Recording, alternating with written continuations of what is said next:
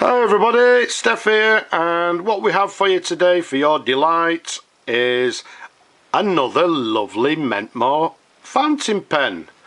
Now what I've actually done, just recently I showed you, or I've done a video on a lovely Mentmore Imperial fountain pen. Now on that particular video I gave you a little bit of detail regarding Mentmore, so what I'm going to do, I'm going to try and keep this, well, I know I talk a lot, but I'll keep it as brief as possible. So what I've got is a Mentmore Auto-Flow fountain pen. It's a button filler, as we'll show you in a moment, made in England around about, I don't know, maybe around about the 1940s. Now if you look at the barrel there, you can see it comes in this lovely chased sort of barleycorn pattern, and if we show you the cap, you can see it's got this lovely chased barleycorn pattern to the cap as well.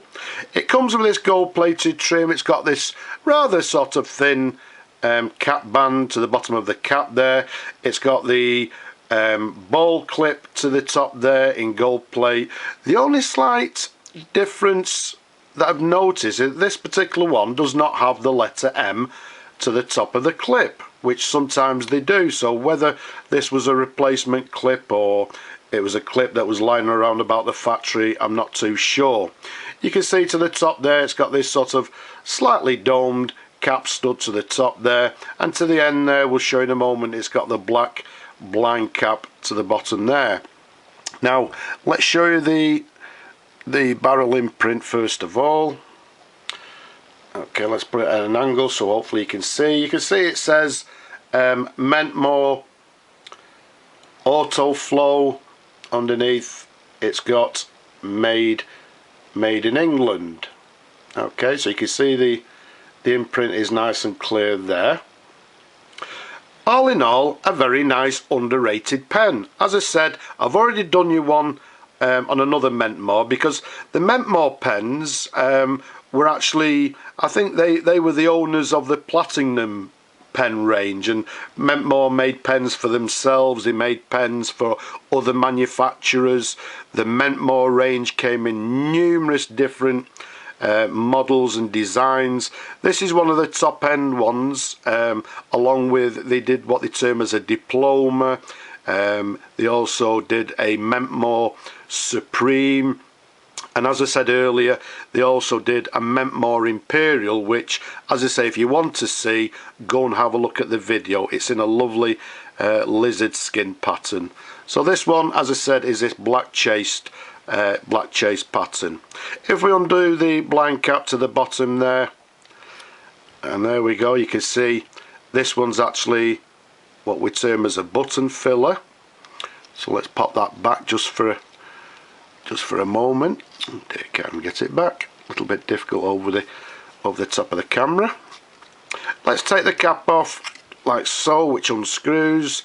Let's show you the pen in different angles. An absolutely beautiful pen. I've fully restored it, fully serviced it, and as we show in a moment, it should be in full working order. A very underrated pen in my opinion. And a nice thing about this one, which we've not told you, is the size. From the top of the cap to the bottom of the barrel, approximately 130mm capped. Around the barrel, it's quite a chunky 12mm in diameter. So a lovely, nice, chunky pen. Okay, so again, let's take the cap off, give you a few twirls. Let's go up to this section there. You can see a slightly concaved section to the top there. And there's the nib. And on the nib, it reads Mentmore Osmi Iridium 14 karat gold. So a nice 14 karat gold nib, and if we turn it over, you can see the feed to the back there. Now you'll notice a couple of the fins are actually missing. The slight downfall with these particular pens is that the fins were very thin and very fragile, and a lot of times when you actually get these pens or you find them out there, you'll find sometimes some of the fins are actually missing. On this particular one, I don't think that'll affect the writing, so well, the best way is to find out. So let's unscrew the blind cap, let's bring on some ink, and what we do, we simply dip dip the nib into the ink and press down on the button there numerous times. What I'll do, I'll just simply do it once. Okay, twice. And I don't know if you could actually hear that. There was lots of sort of bubbling noises going on. So far so good. Let's put the blind cap back on. Let's bring on our little trusted pad and let's see how it writes. So as we said earlier, what we have here is the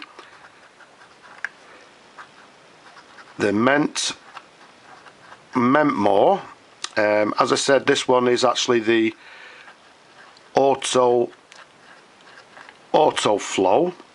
and once again we're dating it around about sort of, I don't know, the 1940s. As you can see, a nice writer. I would say writing with, well, a fine line. If we put a little bit of pressure on, yes, I'd say just a slight bit of variation. Yes, I'd say a little bit of variation in the line, but not as flexible as some of the nibs have had, but just a slight bit of variation. So there's a writing sample. As you can see, a little bit of flex, but all in all, I would say writing with a fine line. So let's pop the cap on like so, and there we have it, an absolutely lovely example of a Mentmore Auto-Flow from around about the 1940s in this lovely sort of black chase pattern, in lovely condition. All the gold plates still there, there's no wear on it. A lovely example, and as I said before, quite a chunky pen, so a nice pen for the gentleman to write with. So I hope you've enjoyed looking at the pen, as always, as much as I enjoy showing them to you. Loads more videos, go and have a look, don't be shy, leave a comment, but for now I'll just say bye bye now.